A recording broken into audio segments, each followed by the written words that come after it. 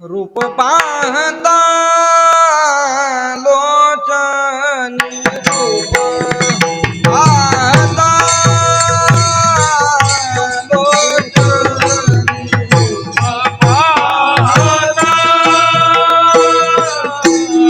लोचनी रूप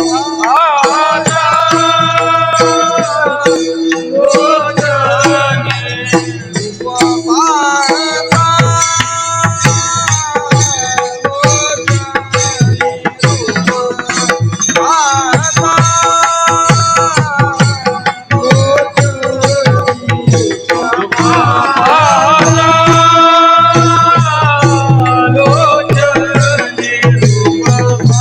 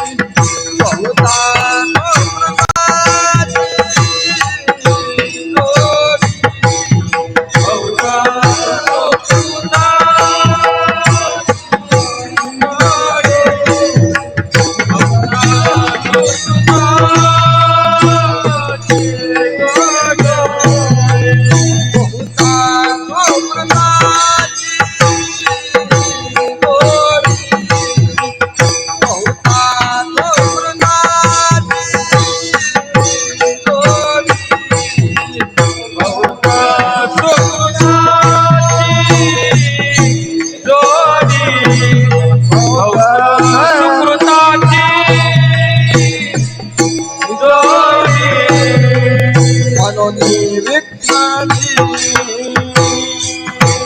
आवडी मनोनी विठ्ठली विठ्ठली विठ्ठली आवडी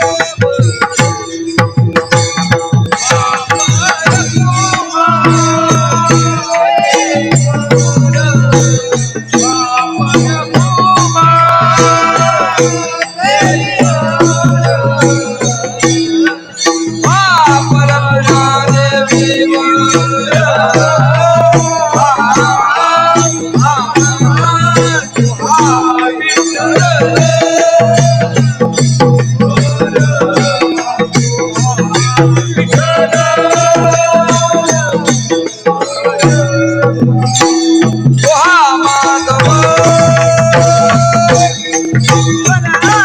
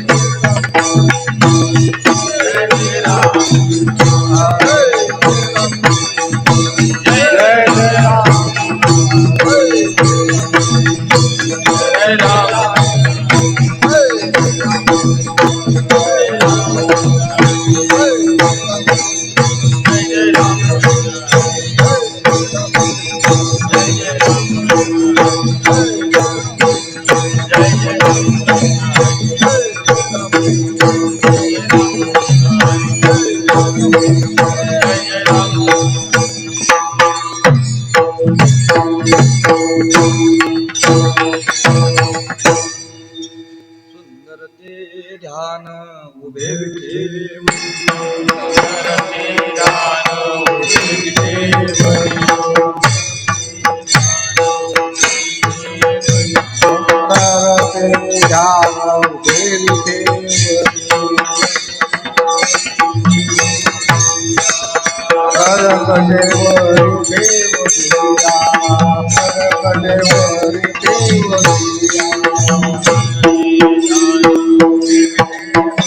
तुळसी हार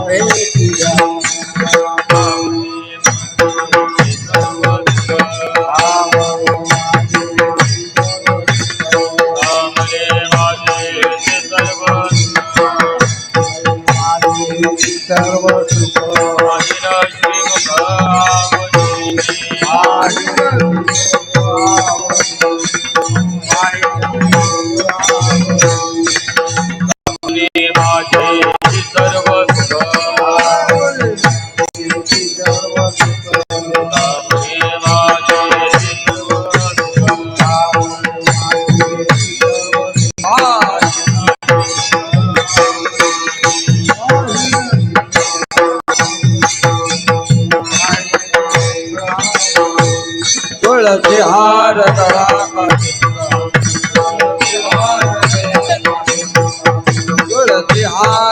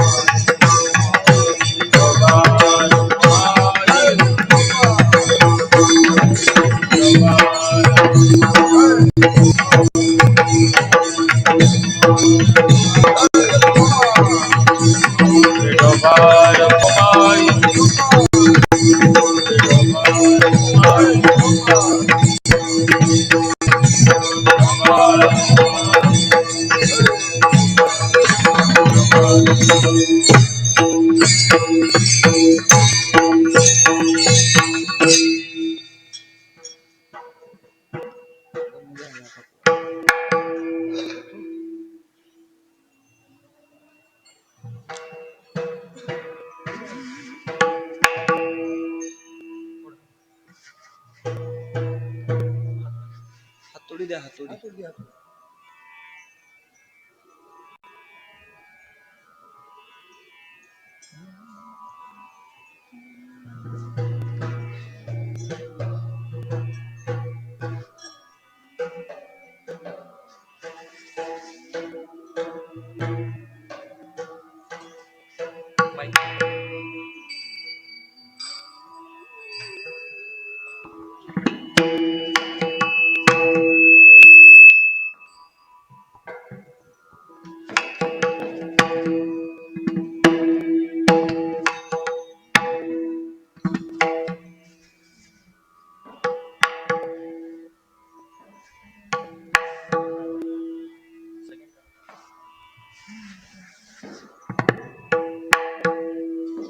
सुंदर ते ध्यान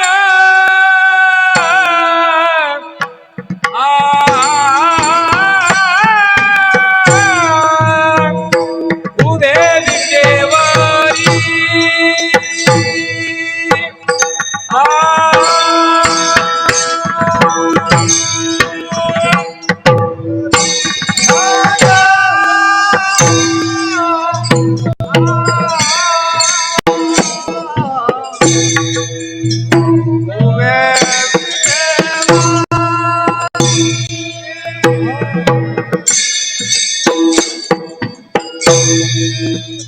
सुंदर ते ध्यान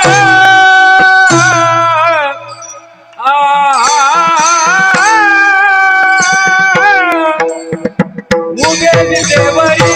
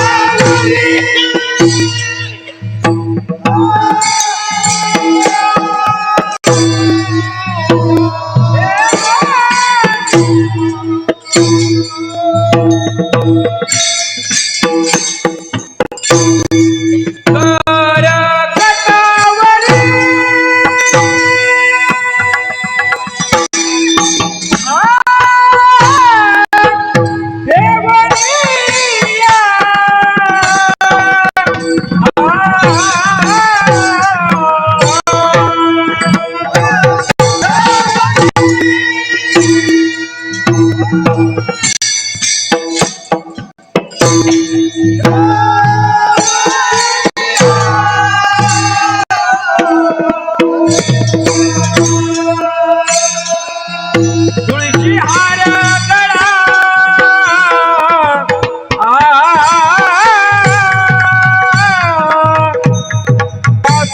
तांबर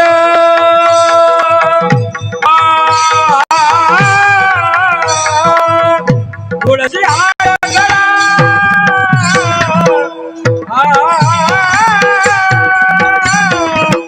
कासेची तांबर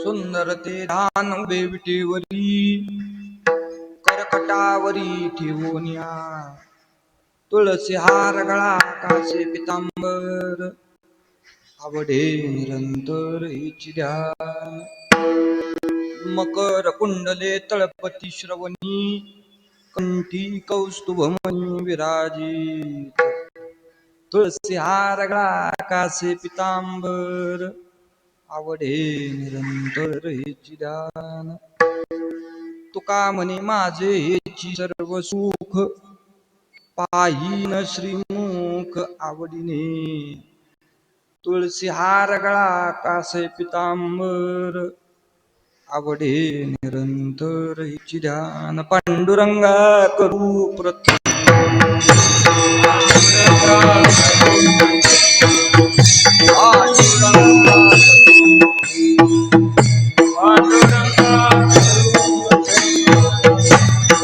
रे चरणा संसारी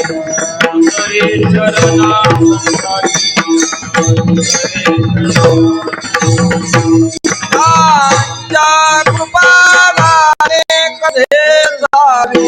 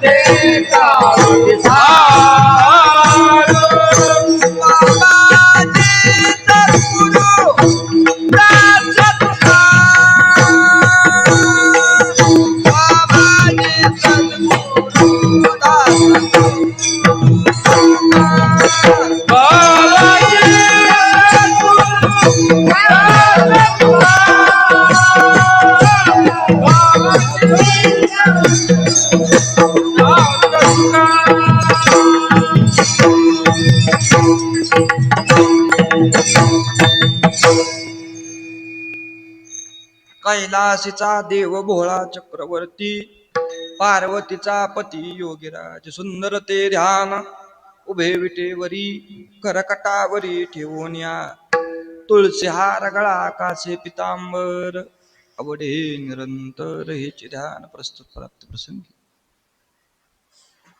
पर्याप्त सेवेकरता निवडलेला अभंग.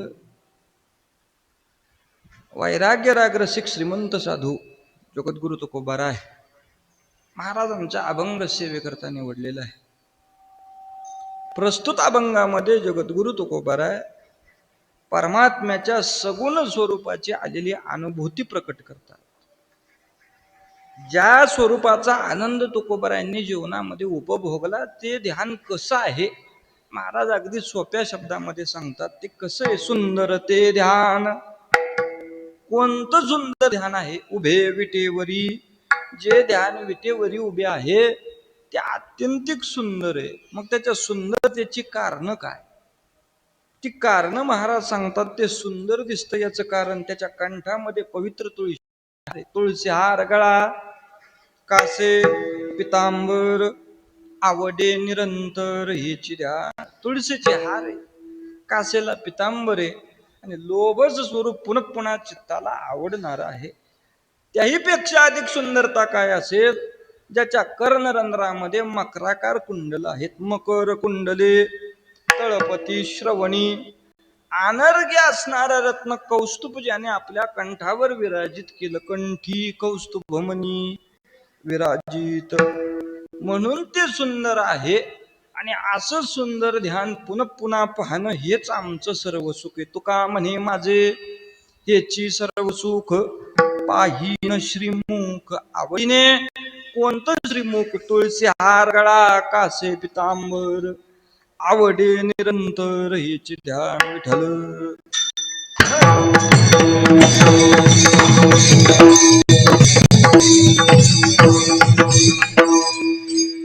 अभंगाचा भाव प्रतिपादित केला. सेवा का आहे? किम निमित्ताने सेवेचं प्रयोजन काय? आपल्या प्रत्येकाला ज्ञात आहे. आपला असणारा हा फिरता नारळी सप्ताह 12 ज्योतिर्लिंगावरचा आणि त्यामध्ये असणारं ज्योतिर्लिंग श्री परळी वैजनाथ या भगवान श्री शिवाच्या परम सानिध्यामध्ये चालू असणारा हा नाम उत्सव आणि त्यातील असणारी आजची ही सेवा. आमचे चैतन्य महाराज आहेत. आधी करून त्यांना साथ देणारे आपण सर्वच मंडळी आहात. पात्रोडकर महाराज आहेत. आधी करून या सर्वांच्या मार्गदर्शनाने चालू असणारा हा नामयज्ञ सप्ताह आणि त्यातील आजची असणारी सेवा. महाराजांनी तारीख दिल्यानंतर फोन केला की दुसरी सेवा आहे म्हटल्यानंतर सुंदर ते ध्यान अभंग असावा अशी इच्छा महाराजांनी व्यक्त केली होती. त्यामुळं आता वारकरी संप्रदायामध्ये काही अलिखित स्वरूपाचे नियम आहेत. त्या अलिखित स्वरूपाच्या नियमामध्ये सहजतेने सगळ्यांना माहिती आहे. सप्ताह म्हटलं की 3 कीर्तनकार बांधलेले असतात. पहिल्या दिवशीचं चिंतन, जागराचं कीर्तन आणि काळ्याचं कीर्तन. मग 3 बांधलेले तर बाकीचे काय चराय सोडलेत का? सगळेच नाथांनी बांधून ठेवले. जेणे करुणी अंतरी मूर्ती ठसावी श्रीहरीची, ऐशी कीर्तन मर्यादा आहे संतांच्या घरची. भक्ती ज्ञानाविरहित इतरा गोष्टी न कराव्या आणि प्रेम भरे वैराग्याच्या युक्ती विवराव्या असे असणारे नियम. आणि त्यामध्ये फड संप्रदायात काही विशेष नियम आहेत. आता देवघर फड म्हटल्यानंतर पहिल्या दिवशीचा अभंग समचरण दृष्टी सकाळी झाला असेल महाराजांचा. दुसरा दिवस म्हटलं की सुंदर ते ध्यान ही देवकर परंपरा. आमच्या परंपरेने पाहिलं की आद्य प्रवेश भक्तीतून. नामदेवरायाच्या फडावरच कीर्तन म्हटलं की पहिल्या दिवशी भक्तीच सांगायची, कारण ती हातात आल्याशिवाय बाकीची माग येत नाही. पुढे भक्तीने धरले हाती आणि मग मागे ज्ञान वैराग्य धर्म येते. त्यामुळे भक्ती समजल्याशिवाय पुढे जायचं नाही. पण तेही ध्यान अत्यंतिक सुंदर आहे. तुकोबाराय स्वतःच्या चित्ताला आलेली अनुभूती प्रतिपादित करतात. कोणतं ध्यान सुंदर आहे? संपूर्ण अभंगाचा विचार केला तर महाराजांनी कुठेही नामोल्लेख केला नाही. फक्त स्वरूप लक्षणता सांगितली आणि स्वरूप लक्षणावरून ते ध्यान सुंदर आहे एवढंच ओळखायचं. मग काय स्वरूप लक्षण आहे? सुंदर ते ध्यान विटेवर उभं आहे म्हणून ते सुंदर आहे. तुळशीचे हार कंठामध्ये आहेत म्हणून ते सुंदर आहे. मकराकार कुंडल आहेत, अनर्ग्य रत्न कौस्तुभ आहे म्हणून ते सुंदर. मी सगळे आभूषण परिधान केलेला देवता कोण? आपला पंढरीराय. सगळं वर्णन कोणाचं असेल तर पंढरीरायाचं वर्णन आहे. पण नामोल्लेख मात्र कुठं नाही, फक्त लक्षणावरून ओळखायचंय. सहज माणसाला ओळख सांगितली, तुम्ही त्या गावामध्ये जावा, अमुक अमुक माणूस तुम्हाला भेटेल, त्याच्याकडून तुमचं काम होईल. सहज माणूस विचारा, हो भेटेल, त्याला ओळखायचा कसा? हाच माणूस तो. मग त्याची खून माणूस सहज सांगतो, त्यांच्या गळ्यात लाल मफलर असतो. ज्याच्या गळ्यात लाल मफलर दिसेल तो माणूस म्हणजे हा आल्याबरोबर ओळखतो. हे झालं स्वरूप लक्षण. स्वरूप लक्षणावरून देवता ओळखायचे. सगळ्या स्वरूप लक्षणांचा विचार केला तर महाराजांनी पंढरीरायाच्या त्या सगुण स्वरूपाचं केलेलं वर्णन प्रस्तुत अभंगामध्ये जाणवतं. पण महाराजांच्या चित्ताला सुंदरते ध्यान ही उपरती येण्यासाठी सामान्य घटना घडल्या नाहीत. किंबहुना सुंदरते ध्यान ही उपरती चित्ताला घ्यायची झाली, त्या सगुणापर्यंत पोहोचणं एवढं सोपं आहे. त्या सगुणाचा आनंद घेण्यासाठी किंबहुना देवाला जाणण्यासाठी थोड्यांनी प्रयत्न केले नाही. परमात्मा कळवा म्हणून त्या ठिकाणी सगळ्यात पहिले प्रयत्न कोणी केले असते तर वेदाने केले. वेद जाणू गेला परमात्मा कसा आहे, पण परिणाम पुढे मौन व्हावं लागलं वेदाला. वेद जाणू गेला, पुढे मौनावला, पुढे मौन झाला वेद. बर, वेद आणि देव हा संबंध पाहिला तर लांबचा आहे का? वेदांचा आणि देवाचा संबंध पाहिला तर प्रत्यक्ष निद्रेत असताना ज्यावेळी परमात्मा घोरला, त्या घोरण्यातून त्याची उत्पत्ती झाली, त्याचं नाव वेद आहे. ज्ञानोबराय वर्णन करतात, वेद कोण आहे? जया निद्रिताचा घोरू. त्या निद्रिताचा घोरू म्हणजे प्रत्यक्ष वेद. त्या वेदाने प्रयत्न केला जाणण्याचा देव कसा आहे. महाराज म्हणले त्याचं काही पोहोचलं नाही तिथपर्यंत. मौन झाला वेद. श्रुती जाणू गेल्या, पण श्रुतींच्याही हाती काही लागलं नाही. वेद नेती नेती म्हणती त्याला, शास्त्राने हात टेकिला एवढा व्यापक कोण असेल तर परमात्मा. सहज त्याने आकलनामध्ये येणारी गोष्ट म्हणजे देव नाही. सुंदरते ध्यान ही उपरती चित्ताला घेण्यासाठी ते काय मर्यादित आहे का? त्याची स्वरूपता पाहिली तर ते अमर्याद आहे. एका शब्दात त्याची व्याप्ती सांगितली गीतेमध्ये. गतिर्भरता प्रभू साक्षी ही त्याची सांगितलेली व्याप्ती आहे. केवढा व्यापक आहे महाराज सांगतायत, एवढा व्यापक आहे. तो नाही ऐसा ठाव उरला से कवन, सर्वत्र संपूर्ण गगन जैसे. जसं आकाश सर्वत्र व्यापक आहे, तेवढा व्यापक कोण असेल तर परमात्मा आहे. त्याची व्यापकता सहज त्याने हाती लागणारी नाही. परिणामतः महाराज सांगतात एवढा व्यापक परमात्मा, त्याची सत्ता तरी सामान्य. म्या बोलविल्या वेद बोले, म्या चालविल्या, म्या हलविल्या प्राण हाले जो जगाते चाळीत. महाराज म्हणले एवढी त्याची सत्ता आहे. पर्वती बैसकान संडावी, समुद्र रेखा न ओलंडावी, पृथ्व्या भूते व्हावी हे आज्ञा माझी. एवढी सत्ता कोणाची असेल तर परमात्म्याची. सामान्य आहे का? ऐसा तू समर्थ ब्रह्मांडाचा धनी, ऐसा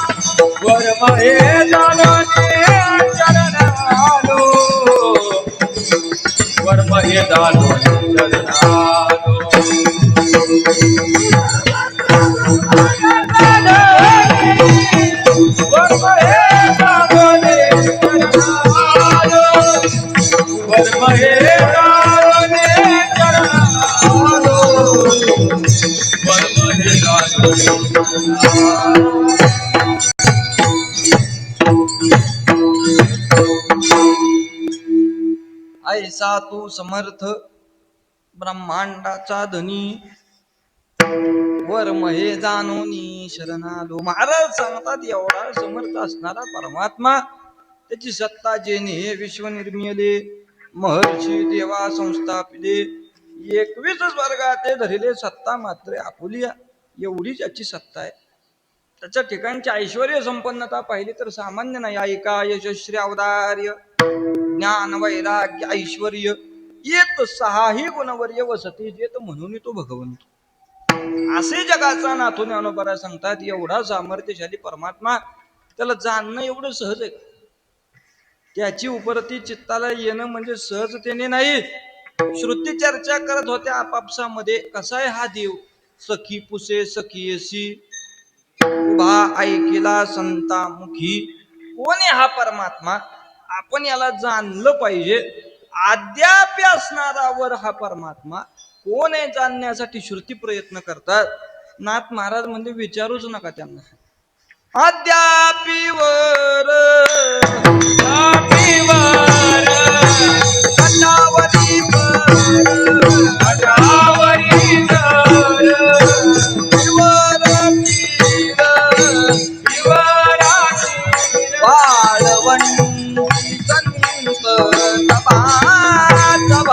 देव कावो विठेवरी उभा उभा देव कावो विठेवरी देव कावो विठेवरी उभा देव कावो विठेवरी उभा सखी पूजे सखी पूजे उभा ऐकिला संतामुखी उभा संता अद्यापीवर कटावरी कर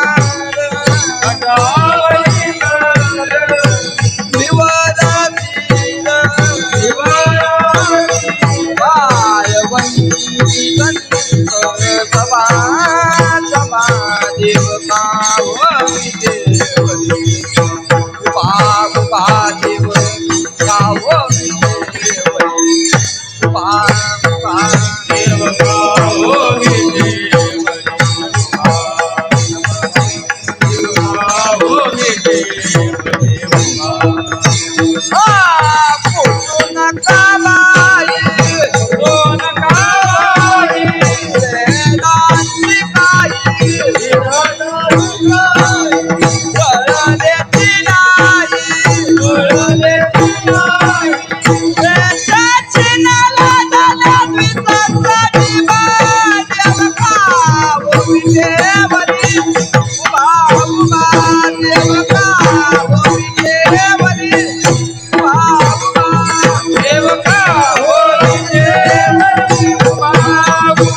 विठेवरी कावो विठेवरी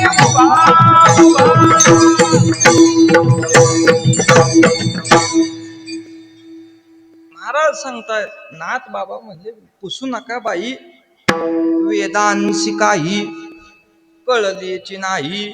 शेष शिनला झाल्या द्विसहस्त्र जिव्हा जिव्हा देव का हो विटेवरी उभा. त्यांना अंत लागला नाही. तो अंत सामान्याला सहज लागेल का. त्याला जाणण्याचा प्रयत्न चहुवेदी जाण, साई शास्त्र कारण आणि 18ही पुराण एवढा व्यापक कुणी वर्णन केला असेल तर एवढ्यांनी वर्णन करून सुद्धा ज्याचा अंत लागला नाही तो म्हणजे परमात्मा. त्याची अनुभूती जर चित्ताला घ्यायची असेल तर तेवढे परिश्रमही जीवनात व्हावे लागतात. सहजतेने त्याची अनुभूती चित्ताला येणारी नाही. तुकोबरायांच्या जीवनात सुंदरते ध्यान ही उपरती आली. या पाठीमागचं कारण महाराजांच्या जीवनात दोन स्वप्न अत्यंतिक महत्वाची. दुसरं स्वप्न सगळ्यांना माहिती आहे, आपण किंबहुना रोज म्हणतो, बाबाजी आपले सांगितले नाम, मंत्र दिला रामकृष्ण हरी. ते पडलेलं स्वप्न म्हणजे माहो शुद्ध दशमी पाहुणी गुरुवार केला अंगीकार. तुका म्हणे स्वप्नामध्ये जाग केलं होतं. हे दुसरं स्वप्न आहे. आणि महाराजांच्या जीवनात सुंदरते ध्यान ही उपरती येण्यासाठी पहिलं स्वप्न गरजेचं. त्या पहिल्या स्वप्नामध्ये महाराजांना काय जाणवलं होतं, किंबहुना पहिल्या स्वप्नामध्ये आलं होतं कोण? ते पहिलं स्वप्न ज्यावेळी जगद्गुरु तुकोबारायांना पडलं त्यावेळी प्रत्यक्ष दुसरं तिसरं कोणी नाही त्या स्वप्नामध्ये. त्या स्वप्नामध्ये आले होते कोण? सवे पांडुरंगे येवोनिया, सवे पांडुरंगे, सवे पांडुरंगे येवोनिया, सवे पांडुरंगे येवोनिया.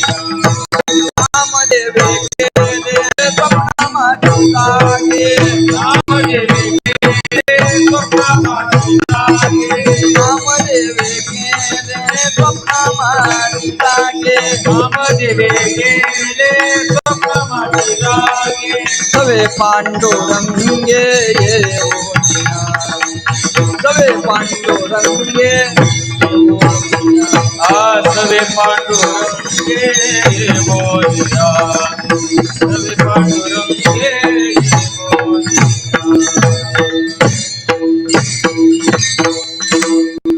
सवे पांडुरंगे येवोनिया, नामदेवे केले स्वप्ना माझे जागे, सवे पांडुरंगे येवोनिया. प्रत्यक्ष नामदेवराय स पंढरीराय परमात्मा स्वप्नामध्ये आल्यानं तुकोबारायांना जागृती अवस्था देत आहेत. आता सगळ्या अवस्थेत सगळ्या अवस्था साधता येतात. एकंदरीत परमात्मा प्राप्तीची अनुभूती येणाऱ्या अवस्था 6 आहेत. जागृती आहे, स्वप्न आहे, सुषुप्ती आहे, तुर्य आहे, उन्मनी आहे, समाधी आहे आणि नंतर येणारी अनुभूती. महाराज सांगतात या सगळ्या परमात्मा प्राप्तीच्या 6 अवस्था आहेत. प्रत्येक अवस्थेत प्रत्येक अवस्था साधता येते. आता सगळं काय सांगत नाही. जागृतीत सुद्धा महाराजांनी तेच साधलं आणि स्वप्न अवस्थेत सुद्धा तेच साधलं. ज्ञानोबरायचं वर्णन आहे, जागृती स्वप्नी सुषुप्ती नाठवे पाहता रूप आनंद साठवे. या चित्ताची अनुभूती घेण्यासाठी नामदेवराय आले स्वप्नामध्ये आणि महाराजांना जाग करतायत. जागे व्हा महाराज. तुकोबाराय जागे झाले स्वप्नामध्ये आणि स्वप्नामध्ये चालू असणारा संवाद आहे दोघांचा. या भूमीवर तुमचं येणं का झालं, किम निमित्ताने तुम्ही या भूमीवर आला? तुकोबारांनी हात जोडावे, मला काही ज्ञात नाही म्हटले कशासाठी आलो. त्यावेळी नामदेवरायांनी सांगितले काम करावे कवित्व, वावगे निमित्त बोलो नये. अहो कवित्व करण्यासाठी तुम्ही आला. माझ्या उर्वरित कार्याचे उत्तराधिकारी तुम्ही आहे आणि ते कार्य पूर्ण करण्यासाठी तुम्ही आलेला आहात म्हटले. त्या कार्याची पूर्णाहुती तुम्हाला आता या जन्मामध्ये करायची. हे सांगत असताना तुकोबाराय म्हणजे मी कसं करावं? नेमकं कवित्व कवित्व म्हणजे काय? पंढरीरायाचे गुणानुवाद गायचे, मला ते जमेल का? त्यावेळी महाराजांनी प्रश्न विचारल्यावर नामदेवराय सांगतात तुम्ही काळजी करू नका. मुखातून फक्त बोलण्याचा प्रयत्न करा. तुमच्या वाणीतून काय वधवून घ्यायचं ते पंढरीराय पाहिजे. म्हणजे मापटा किसळ धरिला विठ्ठले, थापटोनी केले सावधान. सावधान करावं आणि सावध केल्यावर तुकोबाराय पुन्हा विचारतायत नेमका प्रसंग काय महाराज? तुमचं उर्वरित कार्य करण्यासाठी मी आलो म्हणजे तुम्ही कोणतं कार्य करण्यासाठी आला होता? प्रश्न विचारल्यावर महाराज सांगतायत कथा काय घडावी त्यावेळी. नामदेवरायाच्या संकल्पाची कथा आहे. चंद्रभागेच्या तटकावर ज्यावेळी सगळे संत बसले त्यावेळी त्यांच्यामध्ये चर्चा आहे. परमात्म्याचे आजपर्यंत सर्वाधिक गुणानुवाद कुणी गायले असतील? जास्तीत जास्त गुणानुवाद गायलेल्या माणसाचं नाव सांगा. त्यावेळी सगळ्यांच्या मुखातून एकच शब्द आला, वाल्मिके शतकोटी ग्रंथ केला. चंद्रभागे तिरी ऐकेल्या गोष्टी, वाल्मिके शतकोटी ग्रंथ केला. कोण वाल्मिक नावाचे ऋषी आहेत म्हणले, त्यांनी 100 कोट रामायणाच्या श्लोकात भगवंताचं यथेच्छ वर्णन केलं. तेवढा महान कवी म्हणजे पुन्हा झाला नाही. एवढं परमात्म्याचं यथेच्छ वर्णन कुणाला करता आलं नाही. आणि हे शब्द ज्यावेळी नामदेवरायाच्या कानावर पडले, त्याचा परिणाम असा झाला. नामदेवराय म्हटले, अरे वाल्मिक नावाचे ऋषी कोण असतील काय मला ज्ञात नाही म्हणले, पण अखंडित देवाच्या बरोबर राहणारा मी आहे. जी बुद्धी वाल्मिकाला झाली ती बुद्धी मला का होऊ नये, म्हणून तेने माझ्या चित्ता बहु झाला क्लेश, व्यर्थ म्या आयुष्य गमाविले, माझं आयुष्य व्यर्थ गेलं, असा संकल्प नामदेवराने केला. देवाचा आणि माझा संबंध पाहिला तर 12व्या दिवशी देवाने माझं नाव ठेवावं. गोनाईसी पुत्र झाला, विठोबा रशासी आला, साडी चोळी व पैरण शेला मुंडासा घेऊन देवाने यावं. 12व्या दिवशी देव नाव ठेवतात. नामदेवाईसे नाम त्या ठेविले. 6व्या वर्षी परमात्म्याने नामदेवरायाच्या हातून जेवावं. ज्ञानोबरायाबरोबर तीर्थयात्रा करत असताना तहान लागली तर पाणी देण्यासाठी देवाने जावं नव्हे. याही पेक्षा पुढचा अधिकार नामदेवरायाचा. इष्टमित्र बंधू माय बाप सखा ही नामे मज देखा ठेविली तेने, असा देवाचा आणि माझा संबंध.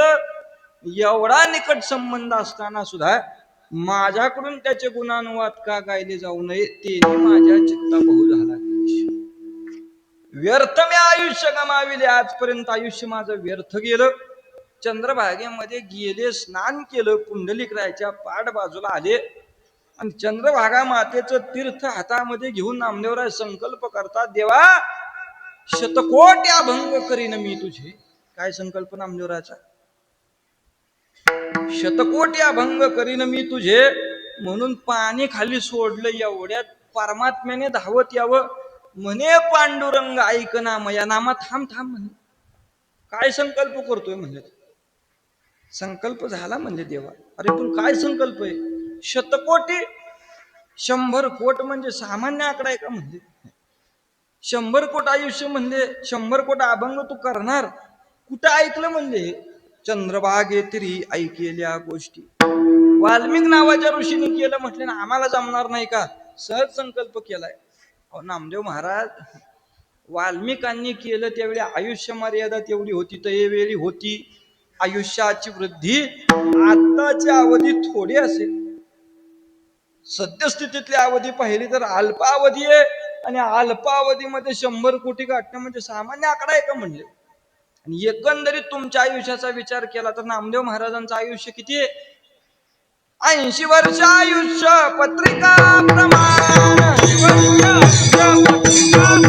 80 वर्ष आयुष्य पत्रिका प्रमाण. नाम संकीर्तन नामया वृद्धी.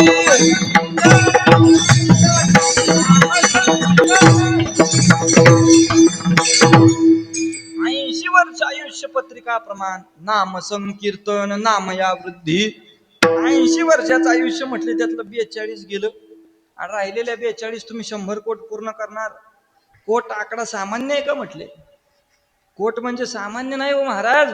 एवढं पूर्ण करणं. कोट अंगात घालायचा वेगळा आणि आकड्यातला वेगळा. अंगात घालायला आनंद वाटतो, पण आकडा गाठायला फार कठीण आहे. कोण शक्य नाही म्हणले महाराज तुम्हाला. आता असं बोलल्यावर नामदेवराय म्हटले, मला काय करायचे देवा.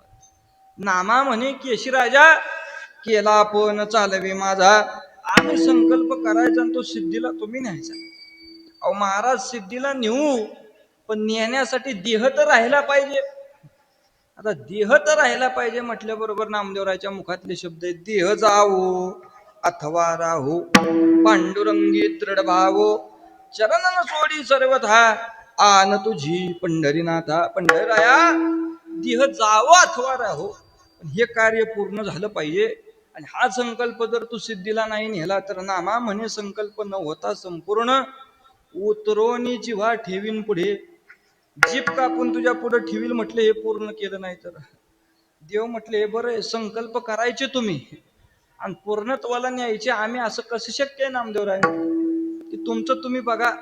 असं म्हटल्याबरोबर देवाने तिथं लीला करावी. शारदेसी सांगे भीमातिरी हरी बैसजी भेवरी. नामयाच्या नामदेवरायाच्या जिभेवर बसा आणि माझे गुणानुवाद त्यांच्या मुखातून गाऊन घ्या हे कुणी सांगितलं?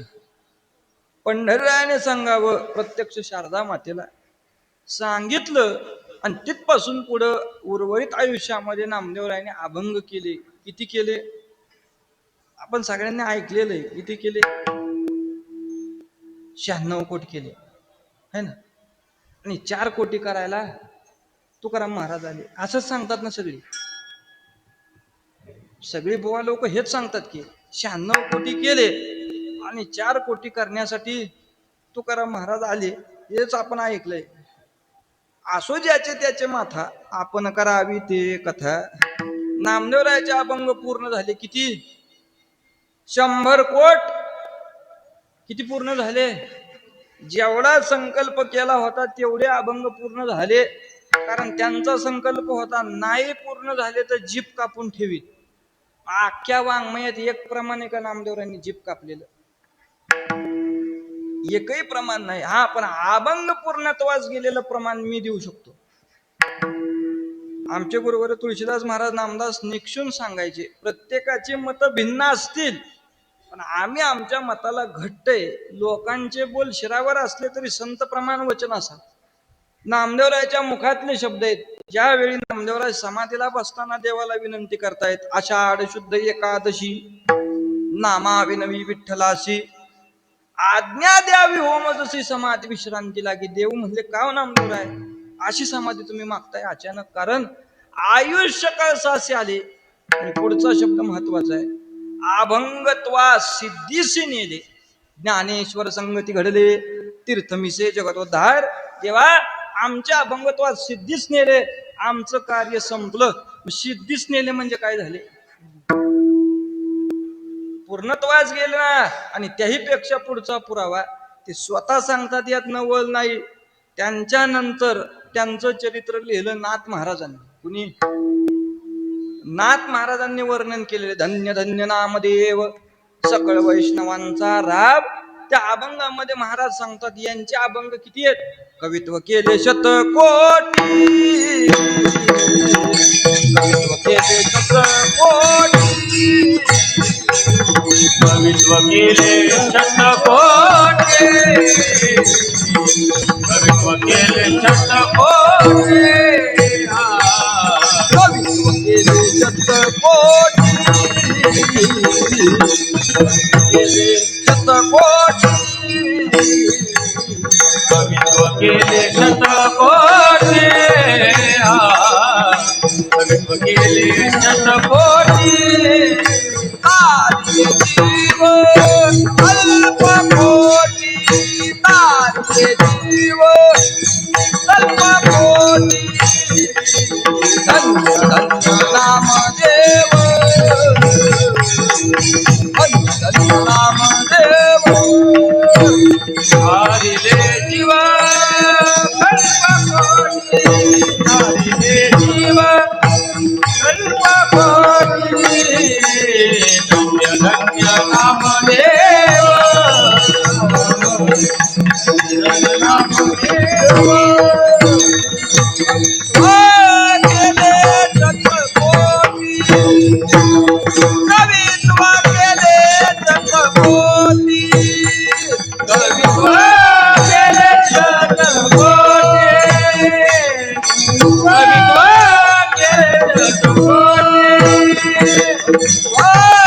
केले शतकोटी, कवित्व केले शतकोटी, कवित्व केले शतकोटी, कवित्व केले शतकोटी. आधारिले जीव कल्पकोटी, आधारिले जीव कल्पकोटी, धन्य धन्य नामदेव, धन्य धन्य नामदेव.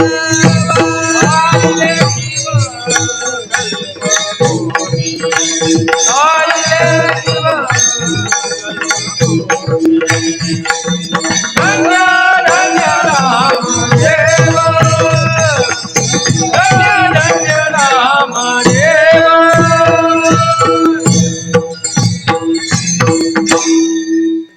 महाराजांनी केलेलं वर्णन आहे. कवित्व केले शतकोटी, तारिले जीव कल्पकोटी. एकंदरीत सगळ्या प्रमाणांचा विचार केला तर संकल्प सिद्धीच गेला होता. आणि ज्यावेळी तो संकल्प सिद्धीच गेला त्यावेळी पंढरीरायाच्या चरणावर सेवा समर्पित केली. परमात्म्याने विचारावं, तुमची इच्छा काय, बोला आता. इच्छा काय असते हरिदासाची?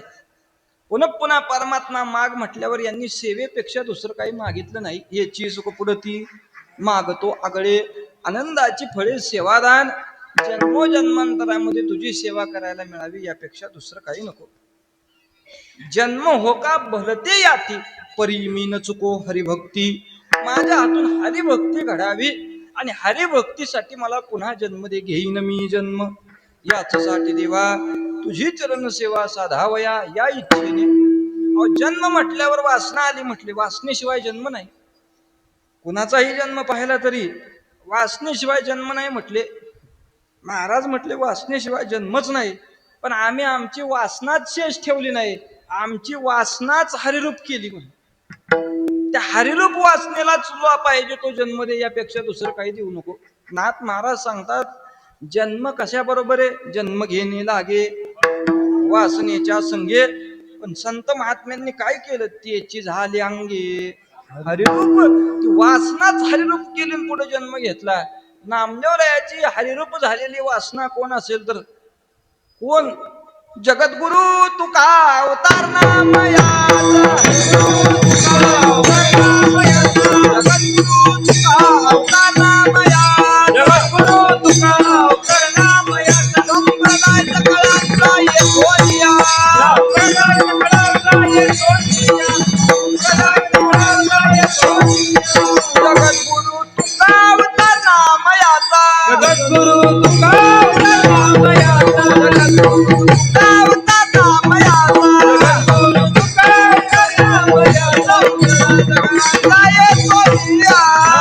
सकळांचा येतोया, सकळांचा येतोया. जगद्गुरु तुका अवतार नामयाचा, संप्रदाय सकळांचा येथून या. महाराज सांगतात, तो अवतार नामदेवरायाचा पुढा आला. हरिरूप झालेली वासना म्हणजे प्रत्यक्ष तुकोबर आहे. आणि त्या अवतारातली हरिरूप वासना पुन्हा उत्पन्न होण्यासाठी तुम्ही आलाय हे स्वप्नात सांगितलं होतं. कुठं? पहिल्या स्वप्नामध्ये सांगितलं. नामदेवराय म्हटल्याला विठ्ठल विठ्ठल चिंतन करा आणि काय मुखाला येईल ते लिहा म्हटले. आणि लुप्त झाले दोघेही. दुसरा दिवस उगवला महाराजांच्या चित्ताची अवस्था. रात्री प्रत्यक्ष नामदेवरायांनी जाग केलं. आपल्याला वर्णन करायचंय पंढरीरायाच्या सगुण स्वरूपाचं, आणि सगुणाची उपरती आल्याशिवाय आपण वर्णन कसं करावं? आता आपल्या चित्ताला सगुणाची उपरती झाली पाहिजे. आणि त्या दिवसापासून तुकोबऱ्यांच्या चित्ताची अवस्था विटले. हे चित्त प्रपंचापासून व मनते मनी बैसलेसे. महाराजांच्या अंतकरणामध्ये संसार व मनासारखा बसला आणि ग्रहत्याग केला. त्या दिवशी जे महाराज गेले, प्रातः समयाला दिसेनासे झालेले तुकोबराय आईसाहेब पाहतायत, कुठं दिसतील महाराज, कुठं दिसतील महाराज. दुपारची भोजनाची समय झाला तरी येणं नाही, रात्रीचा समय झाला तरी नाही. वाट पाहताना संध्याकाळ झाला, संध्याकाळ झाला तरी सुद्धा तुकोबरायांचं येणं नाही. मग मात्र चित्त विचार करायला लागला, कुठे गेले असतील, काय करत असतील, काही खाल्लं असेल का, पाणी पिलं असेल का, काय करत असतील नेमके, हा विचार करू लागल्या. बरोबर पंढरीरायाला विनंती करतायत, अहो पांडुरंगा रखुमाईच्या कांता, उशीर झाला म्हटले, आता स्वामीशी सांभाळा. अनंत वाट पाहिली पण आजपर्यंत असं जाणं झालं नाही कधी ग्रहातून. विनंती करतायत. एवढ्यात कानावर शब्द पडले पाठीमागून, वहिनी दादा कुठे आहेत? शब्द होते कान्होबारायांचे. पाठ मोऱ्या झाल्या, कान्होबाराय दिसले. तसे मुखातून सांगतायत, अहो कान्होबा प्रातः समयाला गेलेत, अजूनपर्यंत आले नाहीत. आल्या पावली माघारी जावा आणि तुकोबारायांना घेतल्याशिवाय पुन्हा माघारी येऊ नका. आल्या पावली कान्होबाराय माघारी फिरले, तुकोबारायांचा शोध घेतायत. एक नाही, दोन नाही, तीन नाही, तब्बल शोध झाला 14 दिवसांचा. किती? 14 दिवसांचा शोध झाल्यानंतर 15व्या दिवशी प्रातः समयाला भांबनाथ पर्वत कान्होबाराय पाठीमागच्या बाजूने चढतायत. तो भांबनाथ पर्वत म्हणजे आत्ताचा भामचंद्र डोंगर. त्या भामचंद्र डोंगराच्या पाठीमागच्या बाजूने चढत असताना वरती गेल्यावर पाट मोरे बसलेले तुकोबराय दिसले.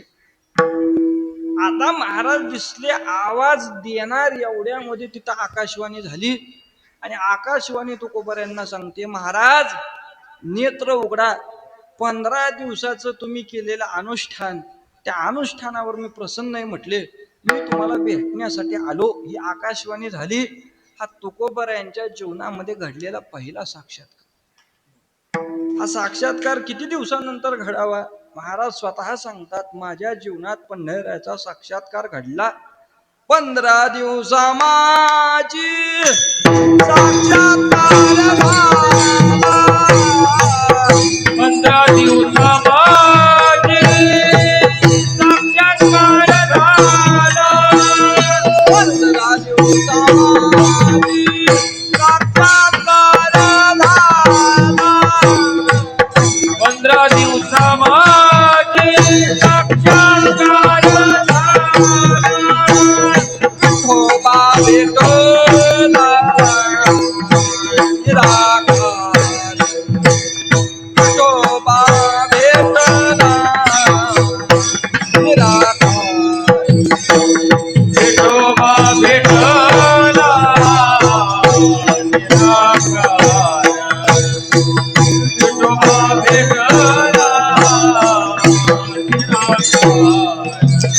15 दिवसा माझी साक्षात्कार झाला. 15 दिवसा माझे साक्षात्कार झाला.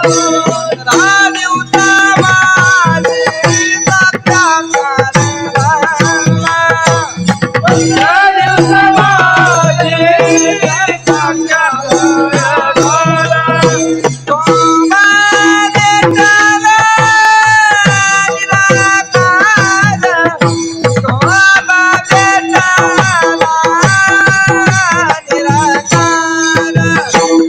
विठोबा भेटला निराकार. विठोबा भेटला निराकार. विठोबा भेटला निराकार.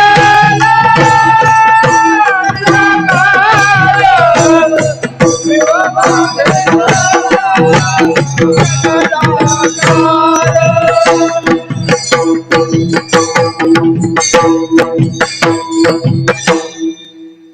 पंधरा दिवसा माझी साक्षात्कार झाला. विठोबा भेटला निराकार. नेत्र उघडले महाराजांनी. नेत्र उघडून पुढे पाहतायत, पण पुढं काहीच दिसेना. महाराज आकाशवाणीला विचारतायत, अहो देवा, आवाज दिला, मी आलोय म्हणून म्हणताय, पण दिसेना कसं तुम्ही? प्रमाण काय? विठोबा भेटला निराकार. रंग नाही, रूप नाही, वर्ण नाही, छाया नाही, प्रत्यक्ष निर्गुण निराकार परमात्मा. कोणत्याच प्रकारचा आकार नाही, अव्यक्त निराकार, नाहीचा आकार, अशी अनुभूती आली. परमात्मा सांगतोय मी अव्यक्त आहे, निराकार आहे, रूप नाही, वर्ण नाही, अशा अवस्थेत आलोय. महाराज म्हटले माघारी गेला तरी चालेल. देवाने विचारावं, माघारी? मला हे दर्शन नको म्हटले, मला सगुणातलं दर्शन पाहिजे. सगुणातल्या रूपासाठी माझं चित्त झुरलंय म्हटले, दर्शन द्यायचं असेल तर सगुण दे. पुन्हा आकाशवाणी सांगते, महाराज तुमच्या डाव्या मांडी खाली असणारा कृष्ण सर्प म्हणजे प्रत्यक्ष मी आहे, खाली पहा म्हटले. मग मात्र तुकोबरांचा स्वर जरा चढला. महाराज म्हणजे कृष्ण सर्प म्हणजे काळा साप होऊन आला काय? म्हणजे देवा तू दर्शनच देऊ नको म्हणजे माघारी जा. देव म्हटला, अहो तुम्हाला दर्शन देण्यासाठी मी 15 दिवसात प्राप्त झालोय. योगी जपी तपी संन्यासी ध्यानी आयुष्य खर्च करतात, तरी त्यांच्या ध्यानामध्ये सुद्धा मी कधी जात नाही. योगियांच्या ध्यानी ध्याताना तुळशी. तुमच्या माग पुढं खेळतोय म्हटले. बघा महाराज म्हटले, बघायची काय अडचण नाही, पण तुला पाहण्यासाठी पांढऱ्या सापावर रुसलो आणि इथं येऊन अनुष्ठान केलं आणि तू दर्शन देतो काळ्या सापाच्या स्वरूपात, मला घ्यायचंच नाही म्हणून. आता पांढरा साप आणि काळा साप थोडा अडचणीत टाकणार आहे. पांढरा साप म्हणजे काय आणि काळा साप म्हणजे काय? पांढरा साप कळण्यासाठी पाठ पाहिजेत, नाटपाट पाहिजेत, नाट. पांढरा साप जर कळायचा असेल तर नाटपाट पाहिजेत. आता नाट सामान्याचे पाठ नाहीत, यात नवल नाही, बुवांनीच नाटाला नाट लावलाय. अजून बुवा लोकांनाच माहिती नाही नाट काय, समाधी काय, पत्रिका काय, तीर्थावळी काय. एक जण म्हणला भजन करत होतो आम्ही नियमाचं, थोड्या दिंड्यांमध्ये आता नियमाचं भजन राहिले. भजन करताना एक जण आला, म्हणला महाराज तुमची पत्रावळी म्हणा. मी म्हणलं पत्रावळी म्हणजे काय? की तुमचं असतं म्हणला रोजचं भजन. अरे म्हणलं पत्रावळी नाही, पत्रिका निराळी आणि तीर्थावळी निराळी. त्यांनी पत्रिका आणि तीर्थावळी एकत्र केली, पत्रावळी केली. ज्यांचा या प्रकाराशी संबंधच नाही त्यांना या गोष्टी कळणार नाहीत. पांढरा साप तुकोबारा सांगतात काय. नाटामध्ये महाराजांनी वर्णन केलं, म्हणून निरुसलो संसारा सर्प हा विखार पांढरा, तुझसी अंतर दे दातारा, याची डावे दारा निमित्त. तुझ्यामध्ये अंतर पाडणारा पांढरा साप म्हणजे कोण आहे तर संसार आहे. आम्ही संसारावर रुसलो आणि संसारावर रुसून इथं येऊन अनुष्ठान केलं. नुसतं केलं नाही देवा, झुरलो तुझ्या भेटीसाठी. चित्ताचा एक एक दिवस आम्ही झुरत घालवला. झुरोनी पांजरा हो पाहे आता, येई पंढरीनाथा भेटावया. झुरलो रे म्हटले देवा आम्ही. आणि झुरलो म्हटल्यानंतर जर तो पुन्हा आम्हाला तसं दर्शन देत असशील तर घ्यायचं नाही. पण काळ्या सापाच्या स्वरूपातही दर्शन घ्यायला आमची ना नाही.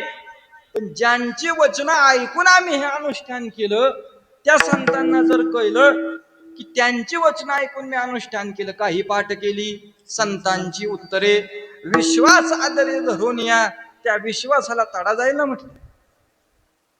त्या संतांना जर समजलं मी काळ्या सापाच्या स्वरूपात दर्शन घेतलं तर ते संत मला काय करतील म्हणले.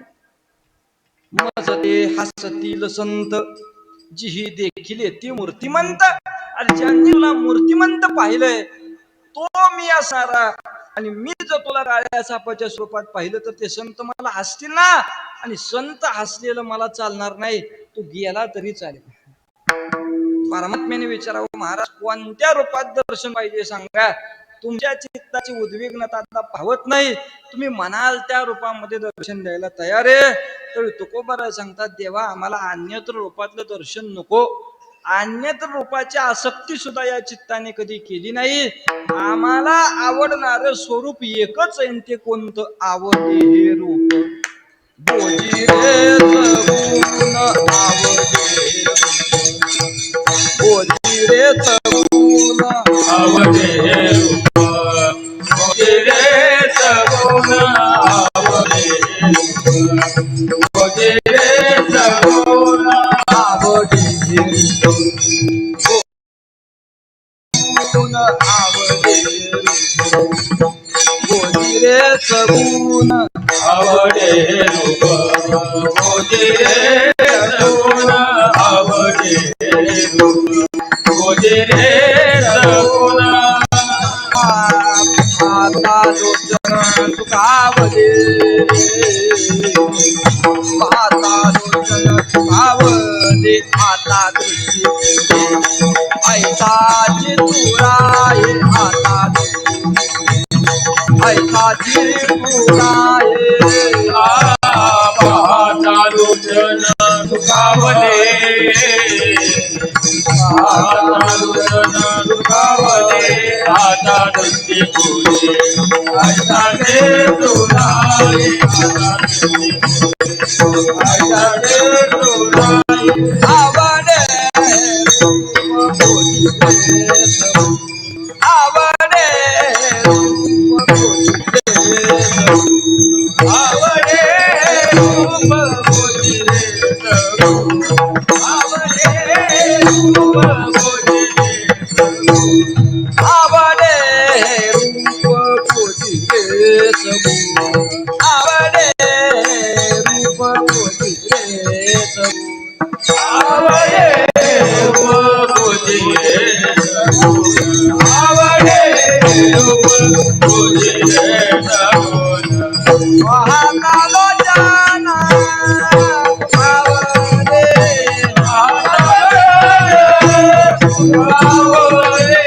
महाकालो जाना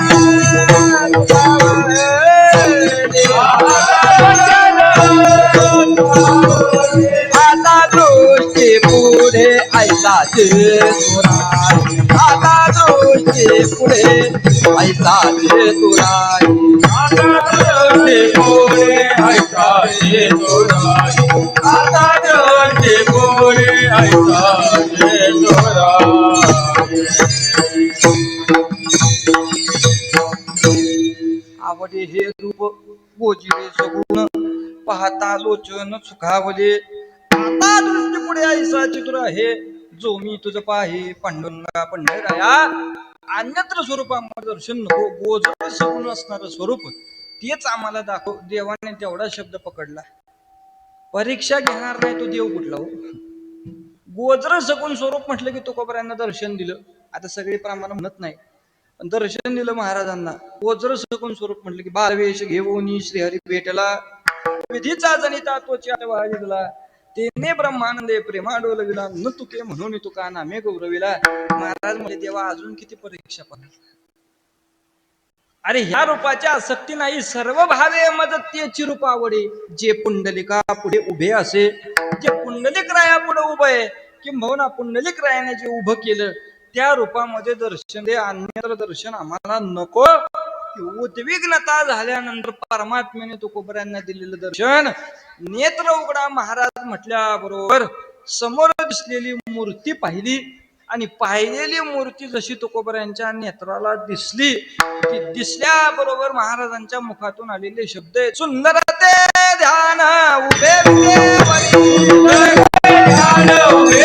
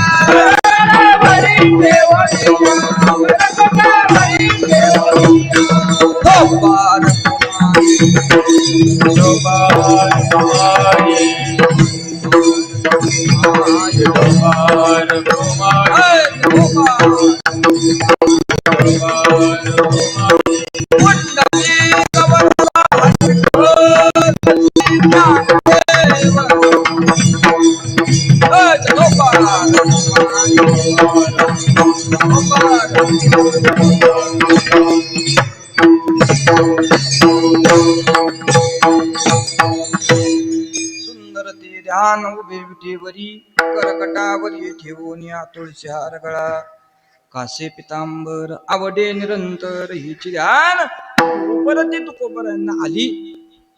आणि उपरती आल्यानंतर ज्यावेळी प्रत्यक्ष सगुण पंढरीराय समोर उभेत महाराजांनी चरणाचं दर्शन घेतलं. आणि दर्शन घेतल्याबरोबर पंढरीरायाने केलेली कृती तुका आलिंगीला बाही आपल्या बाहूमध्ये तुकोबऱ्याला आलिंगन दिलं. ज्यावेळी आलिंगन दिलं त्यावेळी परिणाम असा झाला तुकोबऱ्यांचं मुख या बाजूला झालं आणि पंढरीरायाचं मुख भामचंद्राच्या पाठीमागं गेलं. त्यावेळी भामचंद्राच्या पाठीमागं परमात्म्याचं मुख गेलं त्यावेळी देवाला कोण दिसलं?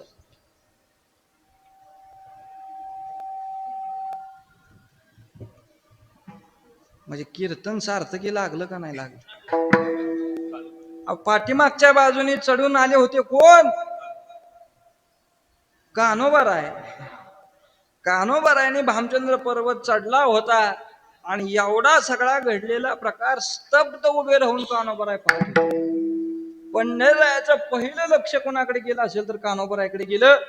आणि कान्होबारायकडे लक्ष गेल्यावर परमात्मा हाक मारतायत कान्हा इकडे म्हटलं. अरे मी भेटावं म्हणून तुकोबरायांच्या हातून घडलेलं 15 दिवसाचं अनुष्ठान पण तुकोबराय तुला भेटावे म्हणून तुझ्याही हातून 15 दिवसाचं अनुष्ठान झालं. त्या प्रेमसुखाचा अधिकारी तू सुद्धा आहे म्हटलं. आले कान्होबाराय आणि आल्याबरोबर आता प्रसंग आहे तुकोबरायांना जसे कान्होबाराय दिसले तसं हृदय भरून यावं महाराजांचं. कान्हा मला शोधत होता म्हणले 15 दिवस वनवन झाली असेल तुझी वनवणीचं फल मात्र चांगलं मिळलंय. प्रत्यक्ष पंढरीरायाचं दर्शन घे म्हटले. आता दर्शन घ्यायचा प्रसंग आहे. पुढे तुकोबराय येत आणि कान्होबारायांना दर्शन घ्यायचे. पंढरीराय सुद्धा आहेत आणि तुकोबराय सुद्धा आहेत. पहिलं दर्शन कोणाचं घ्यावं? देवही उभा आहे आणि तुकोबराय उभे आहेत. दर्शन घ्यायचे कोणाचं पहिलं दर्शन घ्यावं? कोणी म्हणेल पांडुरंगा करू खाली बस. तसं नाही चालत.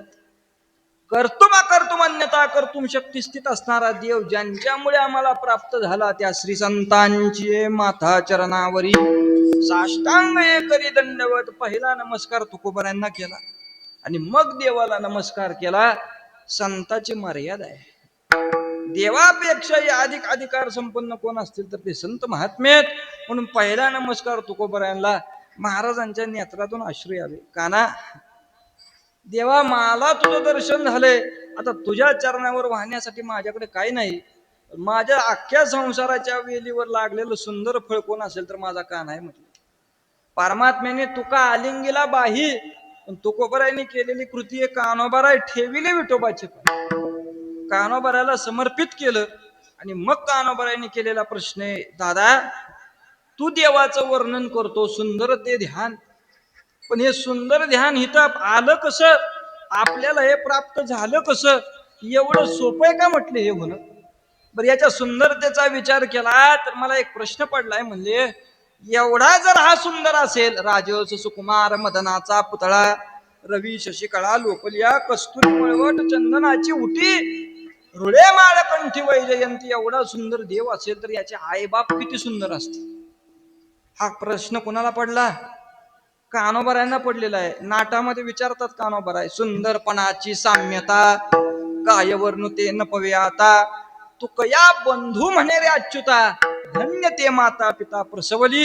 एवढं सुंदरपणे तुकोबराय म्हटले याची सुंदर आणि या सुंदर परमात्म्याचे आईबाप, याचा आईबाप कोण म्हणले काना? पितामहस्य जगतो, माता दाता पितामह, या जगताची माता पिताच आहे.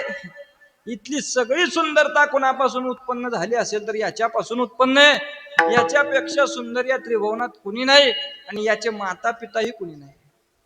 मग कानोबराय पुन्हा विचारतात, ते आणलं कुणी इथं, विटेवर कुणी उभं केलं? आता सगळा विस्तार करायचा म्हटल्यानंतर एवढा विस्तार होत नाही, पण सांगून जातो. तुकोबराय सांगतायत, हे सुंदर ध्यान इथं आणण्याचा उपकार कुणी केला असेल तर तया पुंडलिके केला उपकार, फेडावया भार पृथ्वीचा, या समग्र पृथ्वीचा भार फेडण्यासाठी उपकार कुणी केला असेल तर पुंडलिक रायाने केला. सामान्य उपकार पुंडलिक रायाने केला नाही. पुंडलिक राय सांगणाऱ्यांनी चुकीचे सांगितले.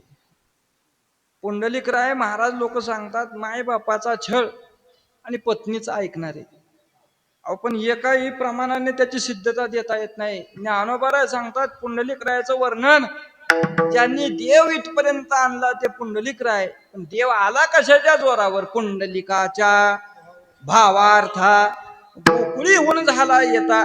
भाव पाहिला, सामान्य अनुष्ठान नाही पुंडलिक रायाचं. पुंडलिक राय सामान्य संत नाही, अवघ्या संता एक वेळा भेटी, पुंडलिक दृष्टी देखली या, एवढा अधिकार पुंडलिक रायाचा आहे. आता काय अनुष्ठान केलं, कसं अनुष्ठान केलं व्यापक आहे. पुंडलिक रायाने सामान्य अनुष्ठान केलं नाही. तो देव नुसता आणला नाही, देवासहित कोण आणलं? भला भला पुंडलिका मानलासी जनलोका, कोण्या काळे सुका आयशा कोण पावत, नातुडे जो कवने परी, उभा केला. नुसता एकटा नाही, अवघा आणला. बरं एवढंच नाही, तुका म्हणे धन्य झाले, तुका म्हणे धन्य झाले,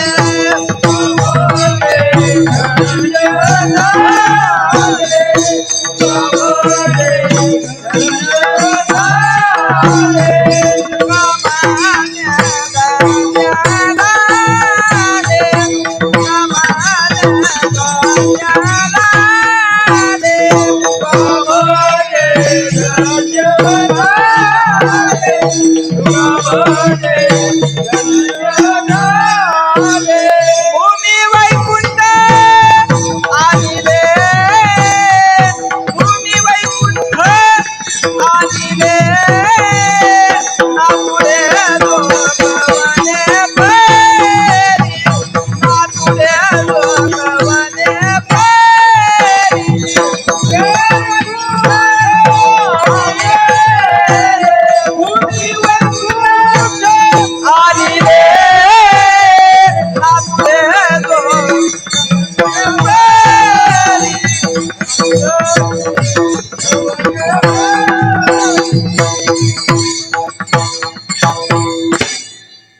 जगा म्हणे धन्य झाले आणि भूमी वैकुंठ आणले.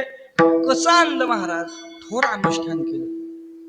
या विश्वाचा उद्धार करण्यासाठी पहिलं अनुष्ठान कोणी केलं असेल तर पुंडलिक रायाने केलं. समग्र विश्वाचा उद्धार करण्यासाठी मला सोपी मूर्ती इथं उभी करायची, हा प्रश्न ज्यावेळी त्यांनी भगवान शंकराला केला होता, पहिली प्रसन्नता कुणाची करून घेतली असेल तर येणे प्रसन्न केले हरा, हरे मज दाखविणे निर्धारा, आपण रावणे पाठीमोरा जगत आरिले कीर्तने. तिथं अनुष्ठान केलं. त्यावेळी भगवान शंकर प्रसन्न झाले आणि भगवान शंकराने सांगितलं, सोपी मूर्ती जर या जगतातली कुठली असेल ना तर ती विष्णू मूर्ती. त्या विष्णू मूर्तीला तुम्ही सोपं करा म्हटले. अन्यत्र ठिकाणी जाऊन सगळ्यांचा उद्धार होणार नाही. कुठेही विष्णुमात हे सांगितल्यावर त्यांनी सांगितलं तिथं उभं राहून, येथोनी पूर्व भागे पंढरी, पश्चिमे ब्रह्मा शंकर निर्धारी, अवतार करे पाठारी मानदेशी महादेव. इथून पूर्वेला गेला तर पंढरी आहे म्हटले. कुठून? त्यांनी अनुष्ठान केलेली जागा आपल्या जवळ आहे, शिखर शिंगणापूर. त्या शिखर शिंगणापुरावर त्यांनी अनुष्ठान करावं आणि शिखरावर उभं राहून महादेवाने सांगावं, इथून पूर्वेला गेले तर पंढरपूर आहे, पश्चिमेला गेले तर ब्रह्माशंकर म्हणजे भीमाशंकर आहे, करे पाठारावर गेले तरी सगळी शंकराची स्थानं आहेत. अवतार करे पाठारी, ते करे पाठारापासून मानदेशापर्यंत सगळे कोण असतील तर मानदेशापर्यंत सगळे शंकराचे अवतार आहेत. आणि पूर्वेला गेला तर पंढरपुरामध्ये फक्त विठ्ठल मूर्ती आहे. हे जाणून अहर्निशी थोर अनुष्ठान मांडले. हे पुंडलिक रायाने जाणलं आणि थोर अनुष्ठान केलं. देवा पण पंढरी क्षेत्र ओळखावं कसं म्हटले?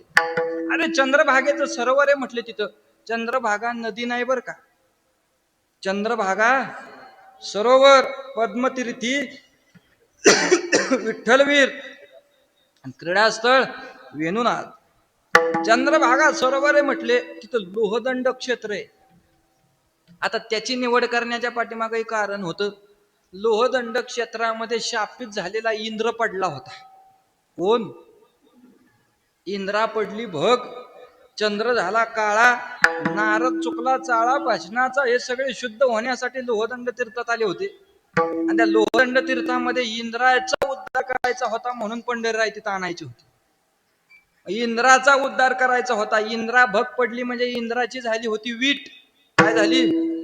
इंद्राची वीट, आणि ती पडली होती लोहदंड क्षेत्रात. पुंडलिक रायाने अनुष्ठान केल्यानंतर ती वीटच परमात्म्याच्या पायाखाली जाणार होती. हे जाणून हरनिशी थोर अनुष्ठान मांडले. हे जाणलं तिथं अनुष्ठान केलं. हा सगळा वृत्तांत वाचायचा असेल तर वाचा. नियमाचं भजन करणाऱ्या माणसांनी 28 आणि 29 या 2 नियमामध्ये सोपानदेव महाराजांची समाधी आहे. त्या 6 अभंग नामदेवरायांनी लिहिले त्या समाधी प्रकरणात. त्या समाधी प्रकरणात सोपानदेवाला देवाने सगळी सासवड पंचक्रोशी सांगितली होती. आणि सासवड पंचक्रोशी ऐकल्यावर सोपानदेव म्हणजे अलंकापूर शिवपीठ, त्र्यंबकेश्वर शिवपीठ, मला बसवलंय ती ब्रह्मपुरी. मग तुम्ही कुठे म्हणले? सोपान म्हणे देवोत्तमा, पूर्वी येते होता ब्रह्मा, तुम्ही पुरुषोत्तम रामा कोणी स्थळे होते ते. त्यावेळी देवाने सांगितले, देव म्हणे कथा परीस, आम्ही होतो पंढरीस, कोटीन कोटी युगाच अनंत कल्प गेले, अनंत कल्पापासून आमचं वास्तव्य पंढरी ते. मग युगे 28, युगे 28 काय? देव म्हटले पुढे म्हणा ना, विटेवर उभा राहिलेल्याला किती दिवस झाले? युगे 28. पण युगे 28 विटेवर उभं राहिलो असलो तरी वास्तव्य अनंत कल्पापासून पंढरी ते, म्हणून विटेवर उभं राहण्यासाठी तिथंच उभं राहावं लागलं. पुंडलिक रायाने अनुष्ठान केलं आणि त्या अनुष्ठाने मायबापाच्या सेवेच्या अनुष्ठानाला प्रसन्नता दिली. पुंडलिका भेटी परब्रह्म आले का. प्रत्यक्ष पंढरीराय आले भेटीला. पुंडलिक रायाला आवाज दिला, पण पुंडलिक राया मागं पाहायला तयार नाही. देवा अनुष्ठान होऊ द्या मग पाहतो. 3 दिवस लोटले आणि 3 दिवस लोटल्यावर देव म्हटले, अरे कंटाळलो मी आता. सगळी आयुध लुप्त केली, 2 भुजा लुप्त केल्या, 2 कर कमरेवर ठेवले, कंटाळलेल्या अवस्थेत पाय सम केले. अरे बसाय काय नाही म्हणले, पण उभं राहिला तरी काय दे. पुंडलिक रायाने प्रेमाने माग काय भिरकवावी, वीट टाकावी. देवा या विटेवर उभं राहा, मी पाहतो. कंटाळलेल्या परमात्म्याने समपाय विटेवर ठेवावे, कटेवर हात ठेवावे. 2 भुजा लुप्त केल्या, सगळी आयुध लुप्त केली आणि कमरेवर फक्त हात ठेवून देव उभेत. आणि हे रूप ज्यावेळी पुंडलिकरायाच्या नेत्राला दिसलं ते रूप होतं समचरण सरोजम सांद्र नीलांबुदाभम जगननिहित पाणी मंडनम मंडनानाम तरुण तुलसीमाला कंधरम कंजनेत्रम सदयदवलहासम विठ्ठलम चिंतयामी. देवा काय सुंदर स्वरूप दिसतंय म्हटले, मला द्यायचं असेल तर आता एवढंच द्या, याच रूपामध्ये आमच्यासाठी तुम्ही तो उभं राहा. असं सांगितल्यावर देव म्हटले कसं शक्य आहे पुंडलिका, एक तर दृष्टी साम्य झाली, कुणाचे गुणही दिसणार नाहीत आणि दोषही दिसणार नाहीत. पुंडलिकराय म्हटले एवढा सगळा अट्टहास फक्त यासाठीच. सगळ्या अवतारामध्ये तुम्ही काय केलं, भक्ता राखे पायापाशी दुर्जनाशी संहारी, या अवतारात तसं करायचं नाही म्हटली. हो का दुराचारी, विषयी आसक्त कसे येऊ द्या, त्यांचा उद्धार तुम्हाला करायचा आहे. देव म्हटले अरे पण माझी दृष्टी साम्य झाली. पुंडलिकराय म्हणजे तेच आम्हाला करायचं होतं. समचरण दृष्टी विटेवरी साजरी, तेथे माझी हरिवृत्ती राहो, तिथंच आमची वृत्ती स्थिर करायची होती, म्हणून साम्यता आणलीये. मूड पापी जैसे तैसे उतरी कासे लावोनी, पुंडलिके दिधलावर करुणा कर विठ्ठले. नुसता वर दिला नाही, तुका म्हणे खरे झाले.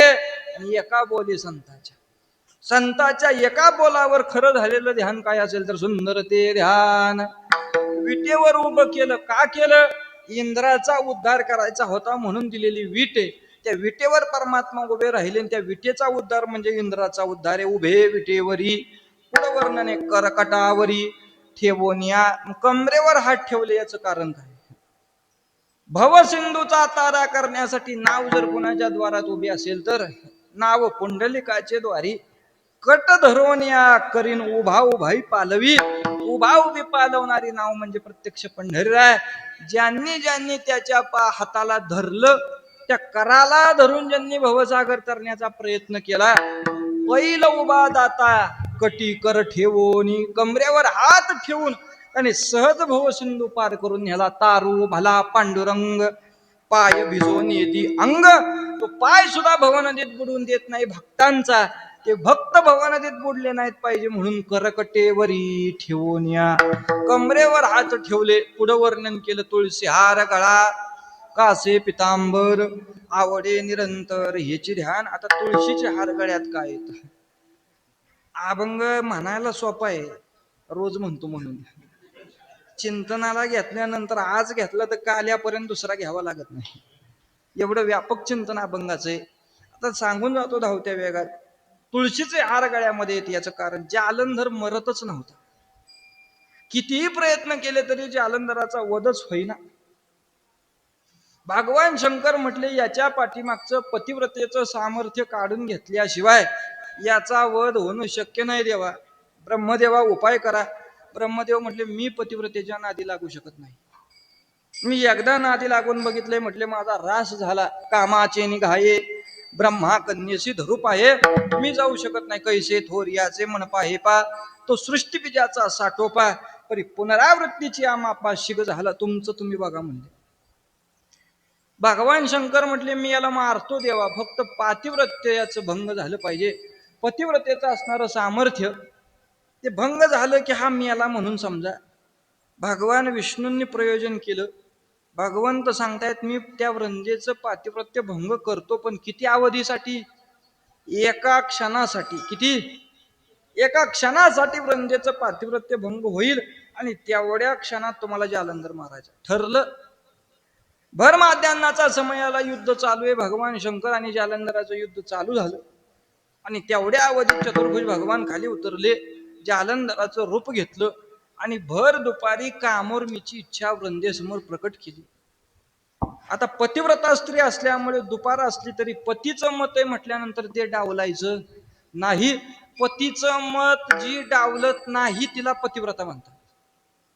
पतिव्रता शब्दाची व्याप्ती काय, पतीची मता अनुसरून या पतिव्रता. जी पतीच्या मताला अनुसरून वागते तिचं नाव पतिव्रता, आणि बाकीच्या सगळ्या पत्नी. बाकीच्यांना काय म्हणतो आपण, पत्नी. आणि पतीच्या मताला अनुसरून वागणारी पतिव्रता.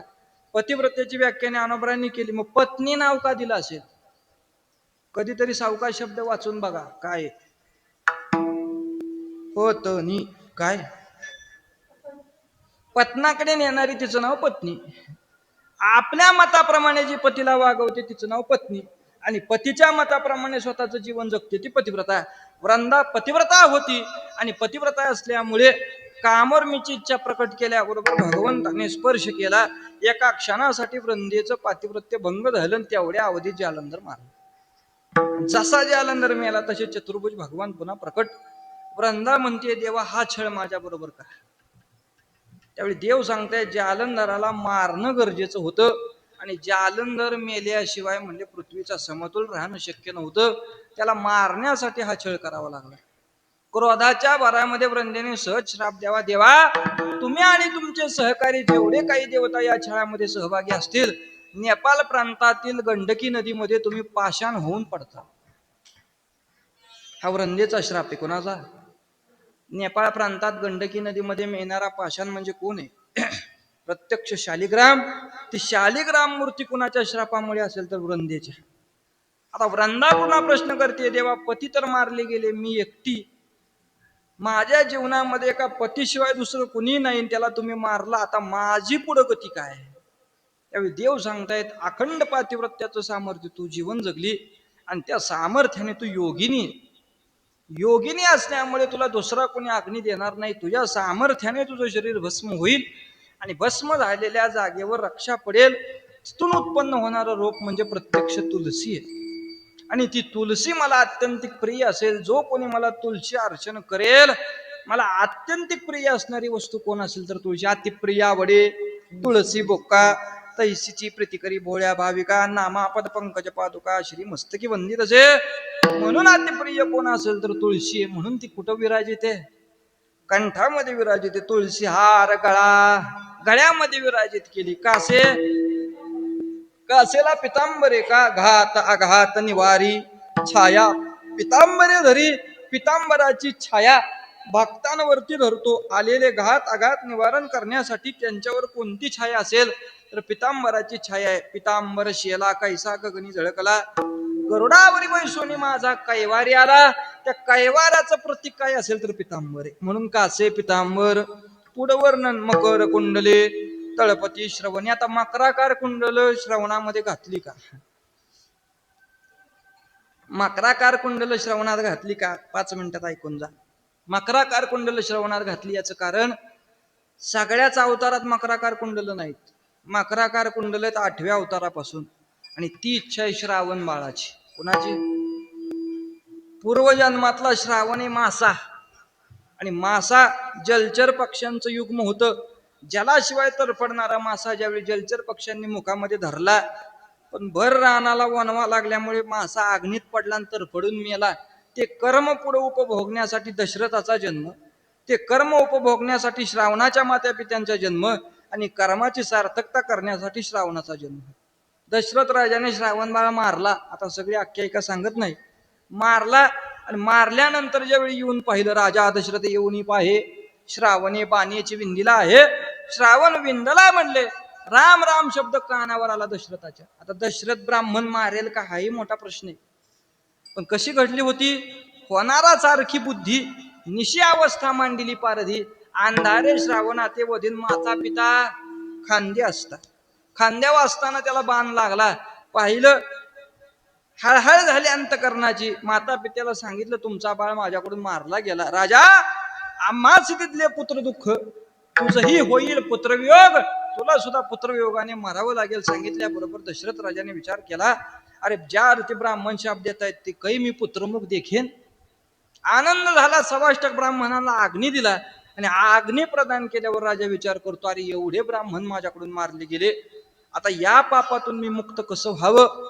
त्यावेळी वशिष्ठ सांगतायत, राजा हे तुझं पूर्वसंचित आहे, आणि पूर्वसंचिताप्रमाणेचा हा भोग आहे. त्याचं जर क्षालन करायचं असेल तर असा शब्द होईपर्यंत तव दिव्य देही आमासारी का आणला इथवरी. श्रावण त्या अग्नीतून उभा राहिला, आणि श्रावणाने सांगितलं तुला जर या सगळ्यातून मुक्त व्हायचं असेल तर त्रैलोक्यात तुला धन्यता आता प्राप्त झालेली आहे. कारण त्रैलोक्यात धन्य तुची एकंद्रुपा, नामयाच्या बापा पाहशील, अरे धन्य तूच त्रिभुवनी.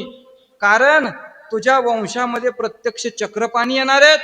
मग तुझा उद्धार करून घ्यायचा असेल तर आता देवाला विनंती कर, 7वा अवतार देव तुझ्या पोटी घेतायत, पुढचा होणारा 8वा अवतार हा माझ्यासाठी घ्या म्हणून सांगा. पुढचा अवतार घ्यायचा असेल तर संबंध हिंदू वर्षामध्ये माझ्या मासाचा एक महिना आहे. कोणता? श्रावण. त्या श्रावण मासातच 8वा अवतार झाला पाहिजे. त्याही पेक्षा पुढं पूर्वजन्म माझा मत्स्याचा आहे म्हणून 8व्या अवतारापासून त्याने कर्णरंध्रामध्ये मासे धारण केले पाहिजेत की माझी इच्छा जर पूर्ण झाली तर तुझा उद्धार झाला. ही श्रावणाची इच्छा आहे म्हणून परमात्म्याने 8वा अवतार घेतला. कुठं? त्या अभंगांची सुरुवात आहे, दशरथे मारेला तोची होता मास. दशरथाने मारलेला मास म्हणजे श्रावण, म्हणून 8वा अवतार आहे श्रावण महिन्यामध्ये. आणि त्या श्रावणाची इच्छा म्हणून मकर कुंडले तळपती श्रवणी अनर्घ्य रत्न कौस्तुभ हे 14 रत्न निघाली समुद्र मंथनातून, सगळी वाटली. अमृत स्वतःच्या आधीन ठेवलं आणि अनर्घ्य रत्न कौस्तुभ हृदयावर धरला. तेवढी सगळ्या देवतांनी केलेली विनंती आहे, देवा सगळं वाटलं तुम्ही, आता कौस्तुभ तेवढा तुमच्या जवळ ठेवा. म्हणून कंठी कौस्तुभमणी विराजित, तुळशी हार गळा, कासे पितांबर, आवडे निरंतर. ह्याची ध्यान, ही सगळी त्याची असणारी सुंदरता पुन्हा पुन्हा पाहणं हेच आमचं सर्व सुख. तुका म्हणे माझे हेची सर्व सुख पाहिन श्रीमुख. आवडीने कोणतं श्रीमुख? तुळशी हार गळा, कासे पितांबर, आवडे निरंतर. याची ध्यान ज्ञानेश्वर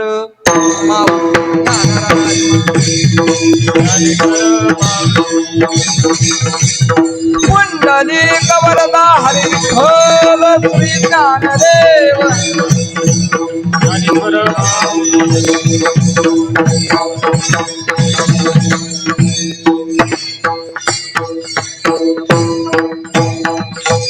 नामदेव जानाबाई नामदेव, जानाबाई नामदेव, नामदेव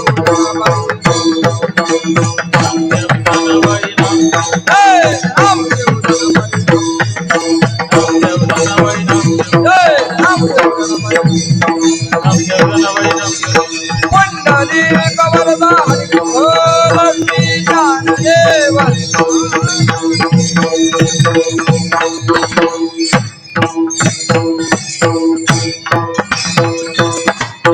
यथामते अवकाश अभंगाचा भाव आपणासमोर प्रतिपादित केला.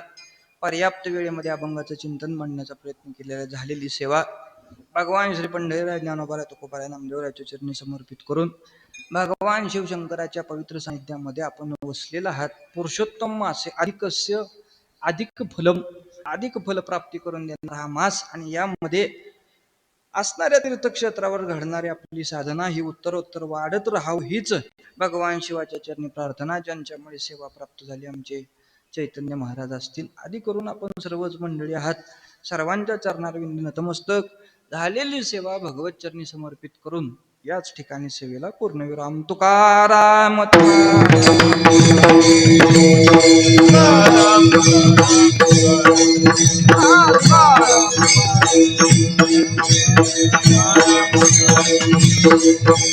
कुंडली कवरदार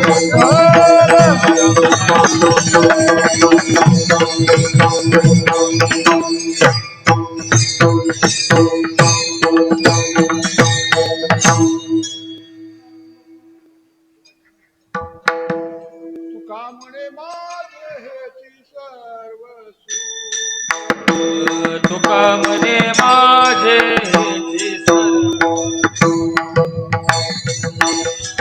माझे हेची सर्व सुख, तुकामणे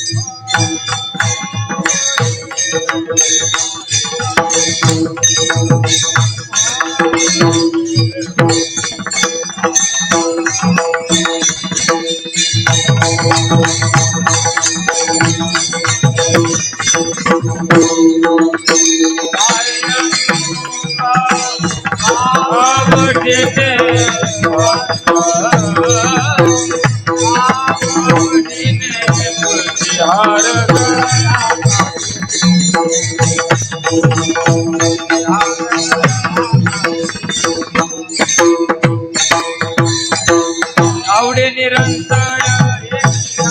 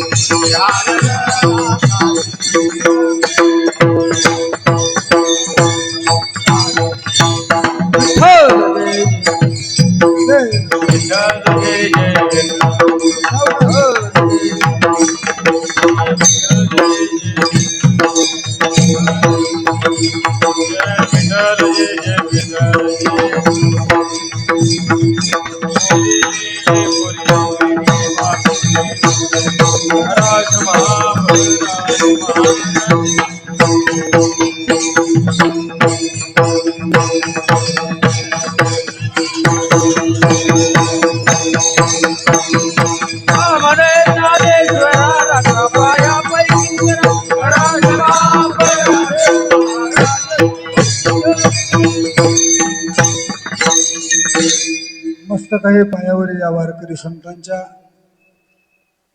चालत आलेल्या अखंड हरिनाम सप्ताहातील आज पहिला दिवस असून कीर्तन मात्र दुसरं आहे. कारण सकाळचं कीर्तन आणि आता संध्याकाळचं सायंकाळचं हे कीर्तन हरिभक्तीपरायण आमचे परमस्नेही आमेजी महाराज शिंदे पंढरपूर यांनी वेळात वेळ देऊन या कार्यक्रमाला भेट दिली. पण महाराज ज्यावेळेस हे कार्यक्रम सेवा आम्ही ऐकली, हे पहिल्यांदा मी ऐकली. पहिल्यांदा ऐकत असताना मला एक थोडंसं सुनूक अशी जाणवली की मी बऱ्याच वेळा केशव आप्पाचे कीर्तन ऐकलेले आहेत. आज आम्हाला तुम्ही केशव आप्पाचीच आठवण करून दिली. कारण आप्पांचे कीर्तन म्हणजे बोशाला मी एकदा कीर्तन घेतलं आणि आप्पाने घेतला अभंग फिरविले देऊळ जगा माझी ख्याती नामदेवा ते दूध प्याला. मला असं वाटलं नामदेव महाराज वंशीचे म्हणून हे नामदेव महाराजांचं चरित्र सांगतील, पण आप्पाने नामदेव महाराजांचं चरित्र नाही सांगितलं. आम्हाला बरियली हुंडे नरसिंह मेहत्याची धनाची चाट्याची शेती पेरी, त्यानंतर पुन्हा आम्हाला कधीच ते चरित्र ऐकायला भेटलं नाही. म्हणजे दुर्मिळ अशा प्रकारचं चिंतन सुंदर ते ध्यान अभंग रोज आम्ही म्हणतोय ऐकतोय. सगळ्यांनी आता ही फार उघळून उघळून पाहिलाय. पण आज मात्र खरं सुंदर ते ध्यान काय आहे अभंग याचं रहस्य गेली 2 तासामध्ये समाजापुढे मांडत असताना तुम्ही जो आटापिटा केला तो खरंच कौतुकास्पद आहे. आता कौतुक तर करता येत नाही म्हणून एकच उगाची ठेवीची माता हेच भले, याच्यापेक्षा आम्ही काही करू शकत नाही. म्हणून महाराजांच्या चरणावरती नतमस्तक होऊन आम्ही वेळ दिला त्याबद्दल आम्ही ऋण व्यक्त करतो. त्यानंतर उद्याचे कार्यक्रम वेळेमध्ये होतील. उद्या सकाळी बरोबर पहाटे 4 ते 6 काकडा होईल. त्यानंतर सकाळचं पारायण होईल. त्याच्यानंतर परत सकाळची कीर्तनाची सेवा हरिभक्तीपरायण गोकुळ महाराज सुरू